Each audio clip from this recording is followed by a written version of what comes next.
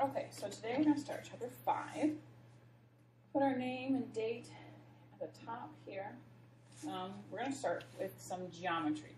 So we're moving into, this one's specifically talking about lines, and then we'll get to other shapes. So we're going to try and figure out today that the relationship between angles that are formed between two parallel lines cut by a transversal. So in this case, this would be our parallel line. And the transversal is what cuts them. This one's also called a transversal, but these happen to be not parallel lines. But we're going to focus on the parallel lines.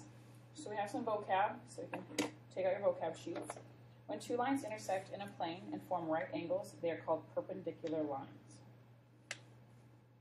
Two lines are called parallel lines when they are in the same plane but do not intersect.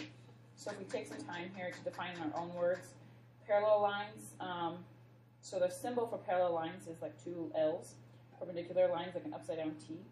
So to define it in my own words, I'd say lines that never touch. You can describe it another way. Perpendicular, they make a T.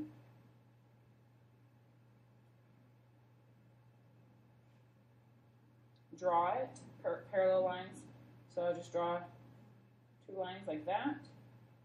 And a lot of times you might see two arrows in the middle to show you that they're parallel. Perpendicular, you have a line like this, and another line cuts it right here, and it makes a 90-degree angle. Define a railroad example. So somewhere I might see parallel lines would be railroad tracks. Perpendicular lines at a stop sign. When two roads intersect at a stop sign. Okay, so lots of vocab words here. Okay, a line that intersects two or more lines is called a transversal. And 8 angles are formed. They showed those. So interior angles lie inside the lines. So examples, they've got all of these vocab words. Interior, they show they're on the inside of the lines. So 3, 4, 5, and 6, in between the two parallel. Exterior on the outside of the parallel then. It might be helpful to, on your vocab sheet, draw this, and that might be helpful on each vocab word. Alternate interior angles, if you dissect that word, it's interior angles that are on opposite or alternate sides of a transversal.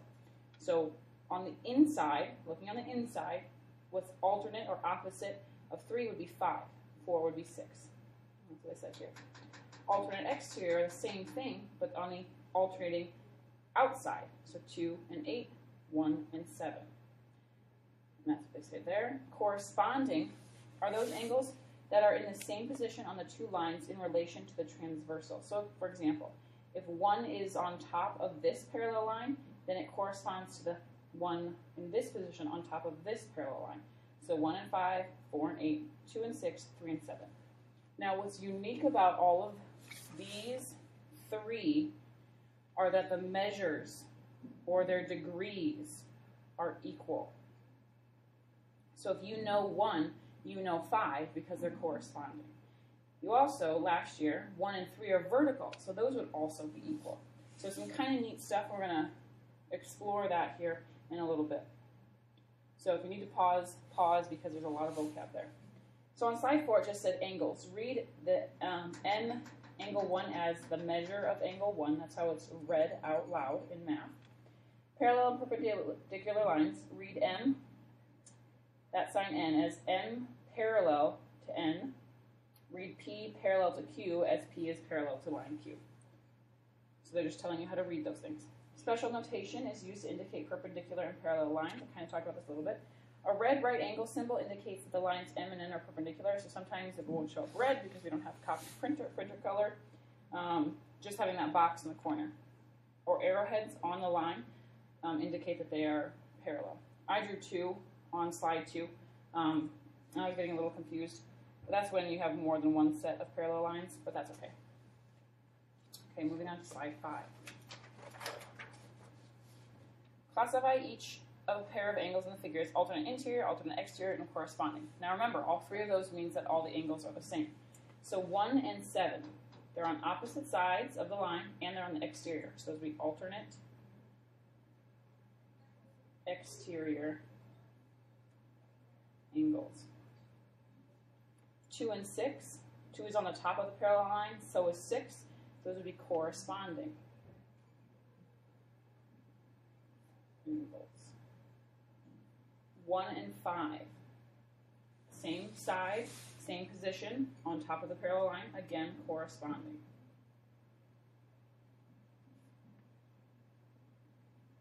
2 and 8.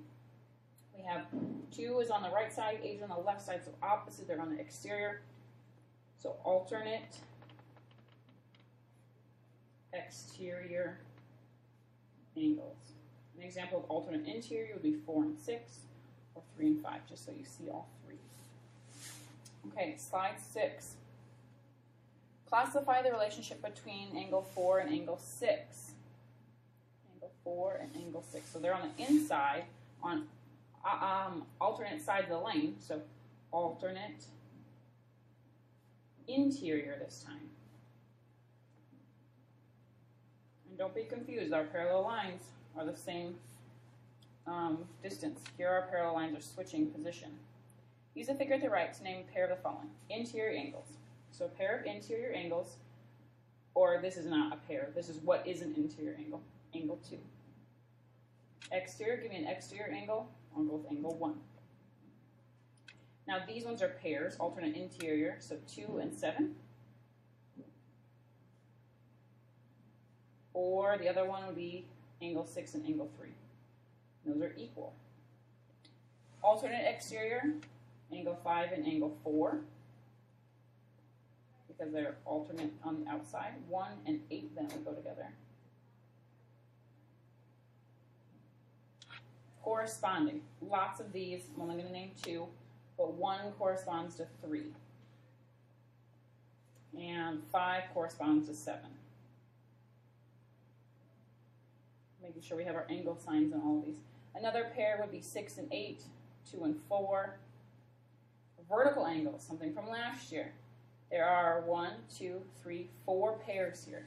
One vertical pair would be angle 1 equals angle 6. The other pair would be angle 5 equals angle 2. The other 2 pairs, angle 3 equals angle 8, and angle 7 equals angle 4. Adjacent angles are angles that are next to each other on the same line. So, for instance, angle 1 equals angle 2.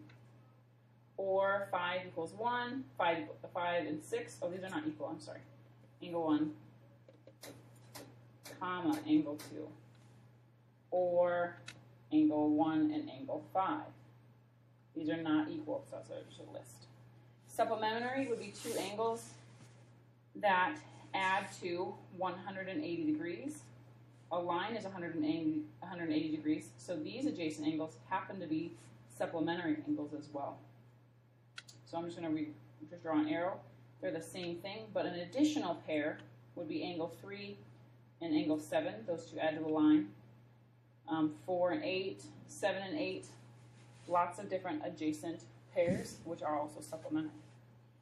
So now in class, we're going to make a foldable and do an angle activity as your homework. And then we'll pick up again with day 2. So if you're watching this, you're going to want to make a foldable. You can do that at school or at home. But in your angle booklet, you're going to take 4 pieces of paper. We've done this before. You take 4 pieces of paper and you fold it so that you have little flaps. I used 2 different colors. Then on the top one, you're going to call it your angle booklet. I wrote my name on here. And then I would maybe pause or take a picture of this. You're just going to draw and put a definition for these different angles. So complementary, they add up to 90. Supplementary. So I cut that one in half. Those are from last year. Adjacent angles, I wrote the definition there. And vertical angles, I wrote the definition there. These are in the back of your book. And these are the ones we talked about today. Interior angles, exterior angles, alternate interior angles, alternate exterior angles, and corresponding angles, noting that I used all sorts of different colors to show all of the possibilities. So when you get back to school, you can work on that. Have a great day.